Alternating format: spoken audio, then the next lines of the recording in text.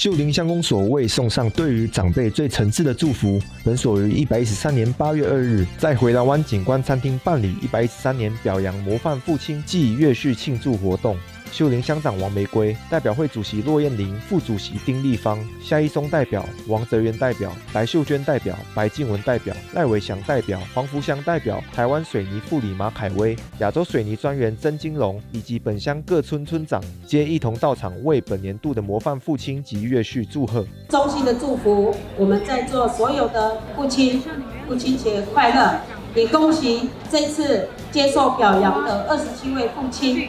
因为有你们，秀林乡会更好。现场有很多的父亲，真的大家都辛苦了哈。那未来还是要继续为你们自己各自的家庭努力。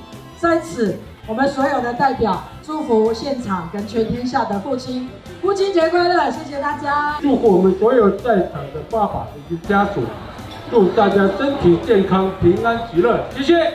今年表扬本乡辖内9个村落族人共同推出而一致公认的模范父亲和模范月序，本乡有27位伟大男性在本次活动中接受表扬。父亲除了是一个家庭的支柱外，在儿女成长及人格发展的过程中，更扮演了重要的角色。为了感念体恤父亲的辛劳，借此活动表达对于父亲们的感恩，期盼活动能够凸显父亲角色的重要性，并叮咛为人子女者孝顺父母，一同打造温馨祥和的社会与家庭关系。最后向所有的父亲们说一声父亲节快乐。秀林乡公所梅宣组报道。